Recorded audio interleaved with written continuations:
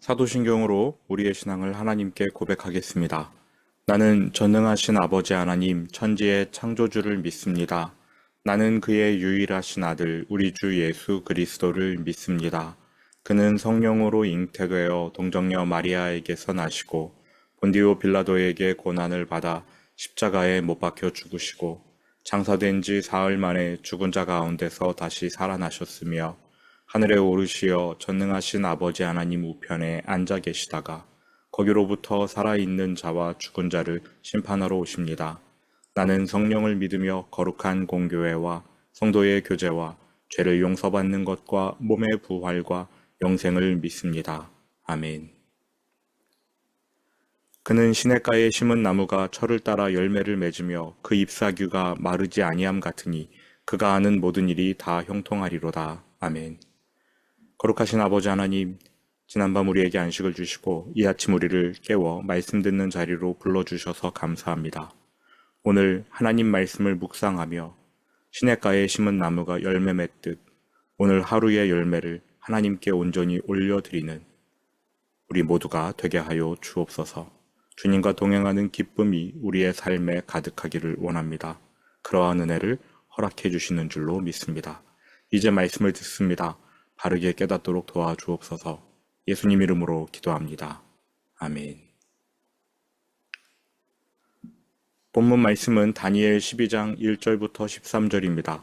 다니엘 12장 1절에서 13절 말씀 함께 봉독하겠습니다. 그때에 내 민족을 호위하는 큰 군주 미가엘이 일어날 것이요 또 환란이 있으리니 이는 개국 이래로 그때까지 없던 환란일 것이며 그때에 내 백성 중 책에 기록된 모든 자가 구원을 받을 것이라. 땅의 티끌 가운데에서 자는 자 중에서 많은 사람이 깨어나 영생을 받는 자도 있겠고 수치를 당하여서 영원히 부끄러움을 당할 자도 있을 것이며 지혜 있는 자는 궁창의 빛과 같이 빛날 것이요 많은 사람을 옳은 대로 돌아오게 한 자는 별과 같이 영원토록 빛나리라. 다니엘아, 마지막 때까지 이 말을 간수하고 이 글을 봉함하라. 많은 사람이 빨리 왕래하며 지식이 더하리라.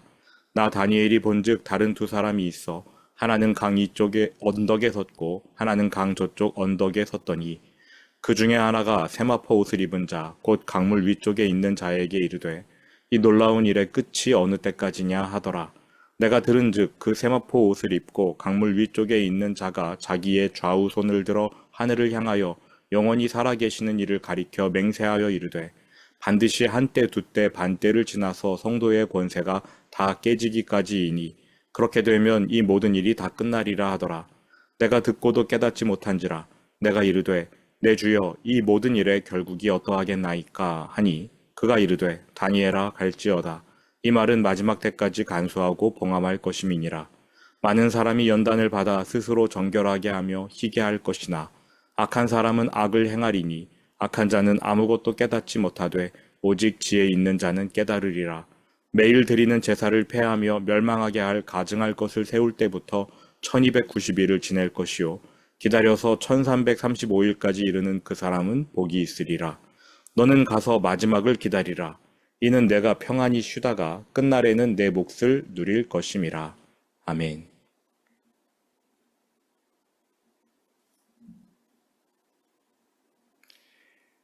이제 다니엘 마지막 장입니다. 1절 그때에 내 민족을 호위하는 큰 군주 미가엘이 일어날 것이요.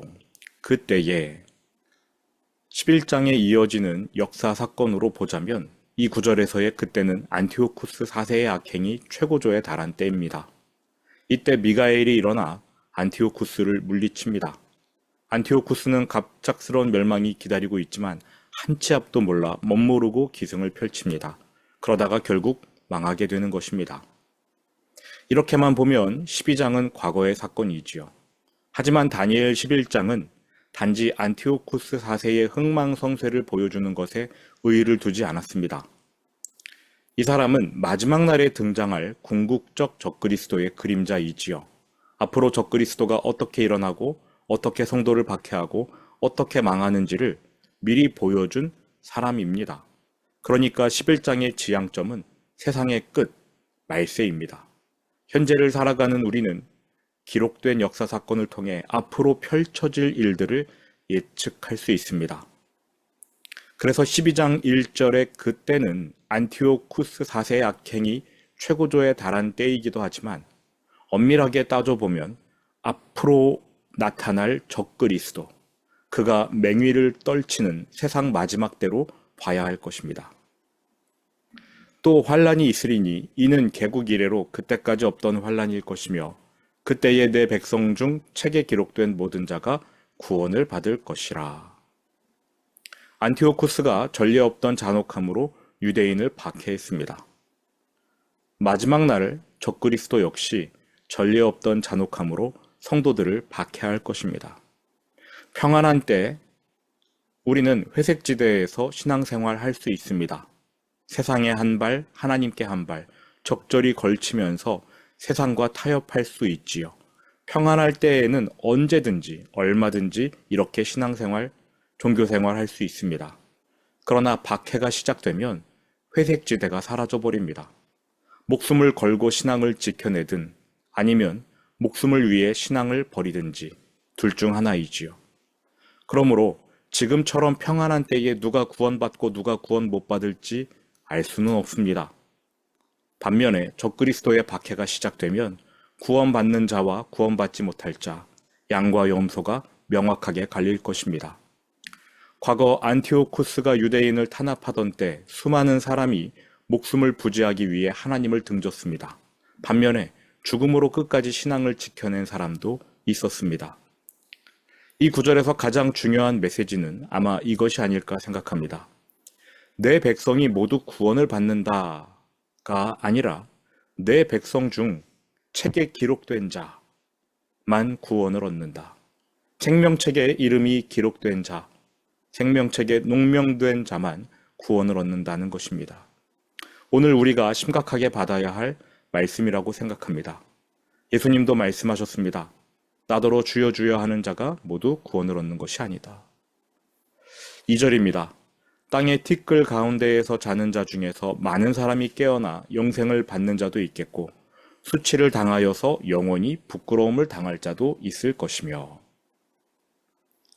이 구절이 참 중요한데 성경에서 처음으로 의인의 부활, 악인의 부활을 모두 언급했기 때문입니다. 물론 이사야 26장에는 죽은 자의 부활이 언급되어 있기는 합니다만 그 구절은 의인만의 부활을 말한 것인 반면 다니엘 12장 2절 이 구절은 악인의 부활도 함께 언급하고 있습니다. 의인, 끝까지 신앙을 지키며 박해를 견딘 사람, 생명책에 이름이 거명된 사람은 부활하여 영생을 얻습니다. 신앙을 버린 자들 역시 부활하긴 하는데 그 육체로 영원한 형벌을 받습니다. 그러니까 영생이나 영벌 모두 부활한 육체로 받아야 할 상과 벌인 것이지요. 3절입니다. 지혜 있는 자는 궁창의 빛과 같이 빛날 것이요 많은 사람을 옳은 대로 돌아오게 한 자는 별과 같이 영원토록 빛나리라. 마지막 때에 의인과 악인의 부활이 있고 영원한 상과 벌이 기다리고 있다는 사실을 알기 때문에 아무리 큰 환란이 닥쳐도 목숨의 위협이 가해져도 크리스천은 끝까지 신앙을 지켜야 합니다. 죽음으로 모든 것이 끝나는 게 아니라 영생과 영벌로 이어지기 때문이지요. 그러므로 이러한 사실을 아는 지혜자라면 왜 우리가 신앙을 지켜야 하는지 성도들에게 설명해야 합니다. 박해의 때에는 차라리 죽는 것이 사는 것이라고 권면해야 할 것입니다. 그러한 사람이 하늘의 별과 같이 빛날 것입니다. 4절 다니엘아 마지막 때까지 이 말을 간수하고 이 글을 봉함하라. 많은 사람이 빨리 왕래하며 지식이 더하리라. 간수하고 봉함하라는 것은 소중히 다루면서 감추라는 뜻입니다. 감춰야 하는 까닭은 이 일이 다니엘의 시대로부터 먼 미래에 이루어질 일이었기 때문입니다. 우리에게는 더 이상 감출 필요가 없지요. 가까운 일입니다. 많이 들춰내고 이야기해야 되는 말씀입니다. 많은 사람이 빨리 왕래하며 지식이 더하리라. 빨리 왕래하고 지식이 더해진다. 얼핏 긍정적으로 들리긴 하지만 그렇지 않습니다. 빠르게 왕래하고 지식의 축적도 가속화되는데 문제는 그 지식이 과연 무엇을 위한 것인가 라는 것입니다. 오늘날 지식의 이동 속도, 축적 속도는 빛보다 더 빠른 것 같습니다. AI의 등장으로 지식의 속도는 더더욱 빨라질 것입니다. 그러나 그 방향이 과연 하나님과 우리의 관계를 진전시키는 방향이겠습니까? 아무리 많은 지식이 빠른 속도로 이동하고 축적되더라도 그것이 우리에게 영생을 주지 못합니다. 진리를 아는 지식은 봉함되어 있기 때문입니다. 영생의 눈을 뜬 자, 영안이 열린 자만이 그 진리를 보게 되어 있습니다. 영생은 참 하나님과 그가 보내신 아들 예수 그리스도를 아는 것이니이다. 5절입니다. 나 다니엘이 본즉 다른 두 사람이 있어 하나는 강 이쪽 언덕에 섰고 하나는 강 저쪽 언덕에 섰더니. 지금까지는 예수님이 홀로 말씀하셨는데 다니엘의 눈앞에 두 천사가 더 나타났습니다. 하나는 강 저편 언덕, 하나는 강 이쪽 언덕에 서 있고요.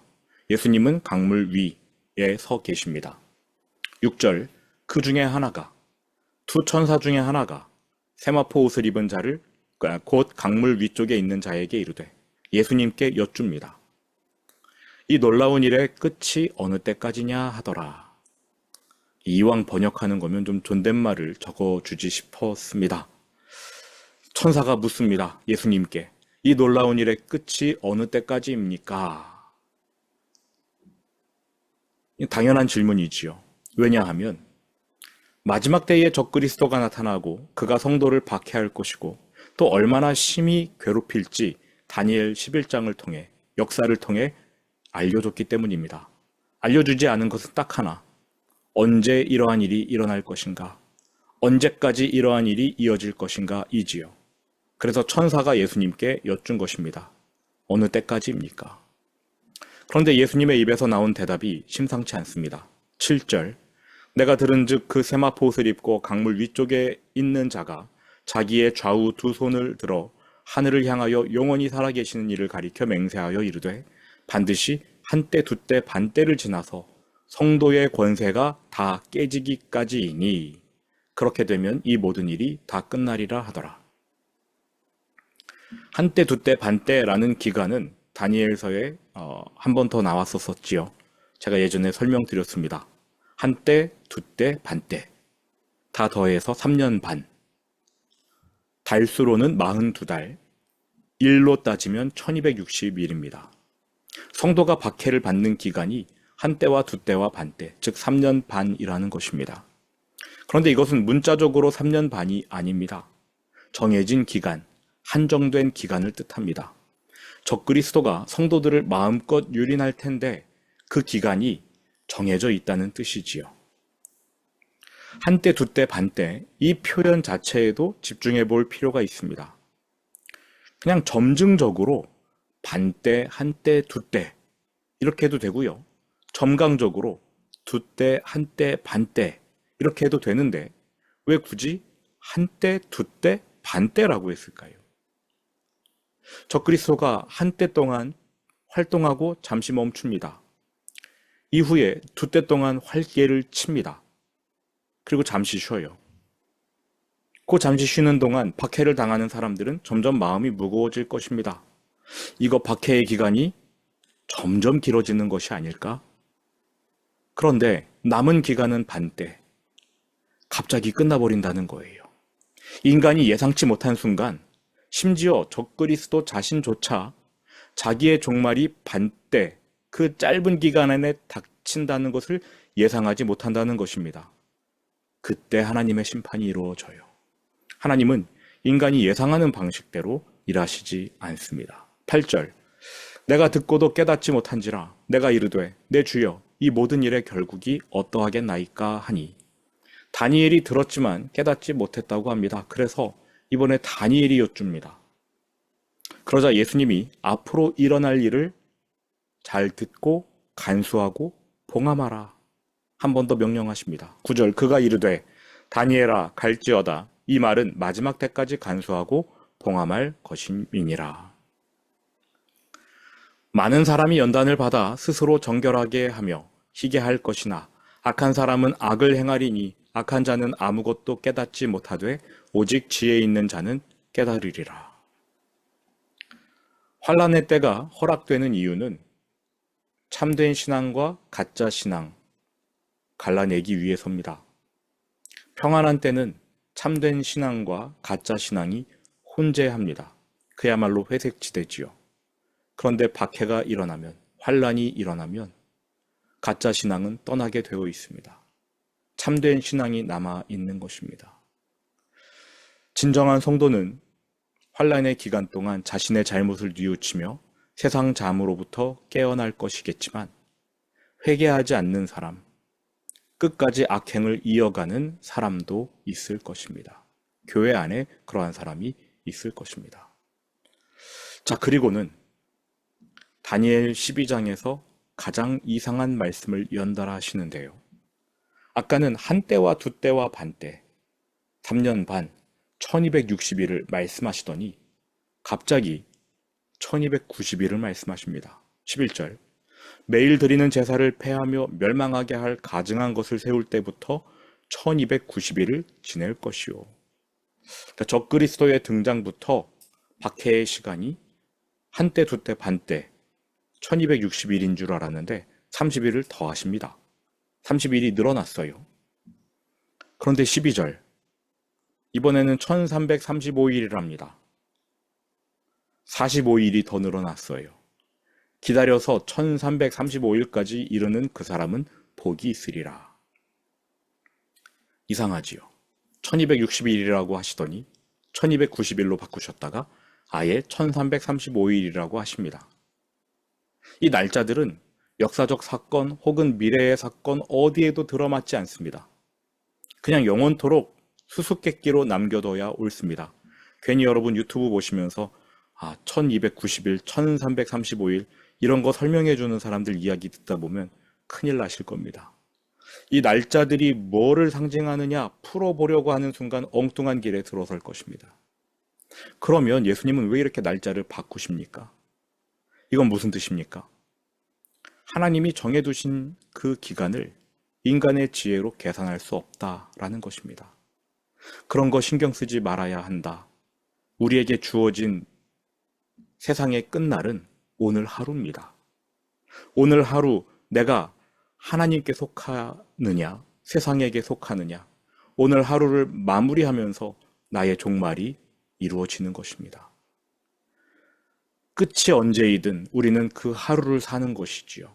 1260일이냐, 1290일이냐, 1335일이냐, 그건 하나님께서 알아서 결정하고 해주실 일이고요.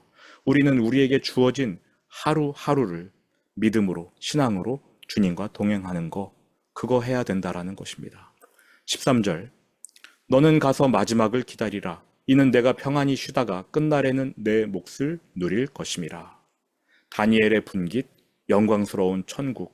그는 하늘에서 별처럼 빛나고 있을 것입니다. 6절 말씀을 한 번만 더 봤으면 좋겠습니다. 두 천사가 이쪽 강둑에 저쪽 강둑에 서 있습니다. 그 중에 하나가, 두 천사 중 하나가 세마포 옷을 입은 자, 곧 강물 위쪽에 있는 자에게 이르되, 강 이편에 천사가 하나가, 강 저편에 천사 하나가 서 있고 강물 위쪽으로 예수님이 서 계셔요. 머리로 그림을 그려보시죠. 내가 강 이쪽에 서 있습니다. 내가 가야 할 곳은 강 저편이에요. 그 양쪽에 천사가 서 있습니다. 그리고 예수님은 강물 위에 서 계십니다. 강 저쪽, 마침내 내가 도달해야 할 곳입니다. 그런데 아무리 강 저쪽에서 천사가 이리로 건너오라, 어서 강을 건너 하나님께 나아오라 라고 말해도 내 힘으로 그 강을 건널 수 있겠습니까? 강을 건너려면 그 강을 건네줘야 할 누군가가 필요합니다. 그분이 바로 강물 위에 서 계신 분 예수 그리스도이지요. 다니엘서를 쭉 읽다 보시면 마음의 부담감이 잔뜩 오실 겁니다. 정말로 이러한 일이 일어날 때 나는 어떻게 버티지? 나는 못 버티지요. 강을 건너게 해줄 분이 계십니다. 그분이 바로 예수 그리스도. 그분을 바라보는 게 우리가 해야 될 일이고, 매일같이 해야 할 연습이 예수님 붙잡고 예수님 바라보는 연습. 우리가 그 연습을 해야 되는 것입니다. 내 힘으로는 못합니다. 이제 다니엘서를 마무리하겠습니다. 다니엘서가 1장부터 12장까지 일관되게 던지는 질문은 딱 하나입니다. 너는 가이사의 것이냐, 하나님의 것이냐? 우리는 하나님의 소유입니까? 아니면 이 세상에 속한 사람입니까? 다니엘은 자신의 삶으로 이 질문에 답했습니다. 바벨론이라는 세상 폭력 앞에서 그는 하나님께 속한 자임을 되뇌었습니다. 일시적이지만 왕의 진미를 거절하며 나는 하나님 앞에 회개해야 한다, 이 메시지를 던졌습니다. 다니엘의 새 친구 역시 풀무불이라는 박해를 감수한 채 금신상 숭배를 거절했습니다. 내가 불에 타 죽더라도 나는 하나님께만 내 머리를 조아리겠노라. 노년의 다니엘은 사자굴의 위협을 알고도 예루살렘을 향한 창을 열고 모든 사람이 보는 앞에서 하나님께 감사기도 드렸습니다. 그는 가이사의 것이 아니라 바벨론에 속한 자가 아니라 하나님 나라에 속한 자임을 삶으로 드러냈습니다. 과거 그리스 제국 하나님을 믿는 자들은 안티오쿠스의 박해 앞에서 말씀을 지키려고 죽음을 선택했습니다. 세상에 속한 자가 아니라 하나님 나라에 속한 자이기 때문이지요. 로마 시대에 수많은 교회가 박해를 감내하며 예수 신앙을 지켜냈습니다. 가이사에게 속한 것이 아니라 하나님께 속했기 때문입니다. 일제강점기 다수가 신사참배를 결정했을 때 소수의 신앙 선배들이 하나님을 믿으면서 죽어갔습니다. 가이사에게 속한 것이 아니라 하나님께 속했기 때문이지요. 이제 우리 차례입니다. 우리가 답할 차례입니다. 역사상 그 어느 때보다 물질 숭배가 기승을 부리는 지금, 우리는 돈이 최고인 이 세상에서 살고 있는데 그 시스템에 속해 있습니까? 아니면 하나님 나라에 속해 있습니까? 신앙을 위해 모든 것을 버릴 수 있습니까? 아니면 모든 것을 얻으려고 신앙을 버릴 준비가 되어 있습니까? 이 질문에 답하시는 오늘 하루가 되셨으면 좋겠습니다. 들은 말씀 마음에 품고 주기도문으로 예배를 마치겠습니다. 하늘에 계신 우리 아버지, 아버지의 이름을 거룩하게 하시며 아버지의 나라가 오게 하시며 아버지의 뜻이 하늘에서와 같이 땅에서도 이루어지게 하소서. 오늘 우리에게 일용할 양식을 주시고 우리가 우리에게 잘못한 사람을 용서하여 준 것 같이 우리 죄를 용서하여 주시고 우리를 시험에 빠지지 않게 하시고 악에서 구하소서. 나라와 권능과 영광이 영원히 아버지의 것입니다. 아멘. 네, 이렇게 해서 다니엘서를 마치고요. 이번 한 주간은 제가 교회 프로그램, 치유 프로그램을 위해서 준비하는 기간으로 삼고자 한 주간은 새벽 예배가 없습니다. 유념해 주시고요. 계속해서 기도의 자리로 나아가겠습니다.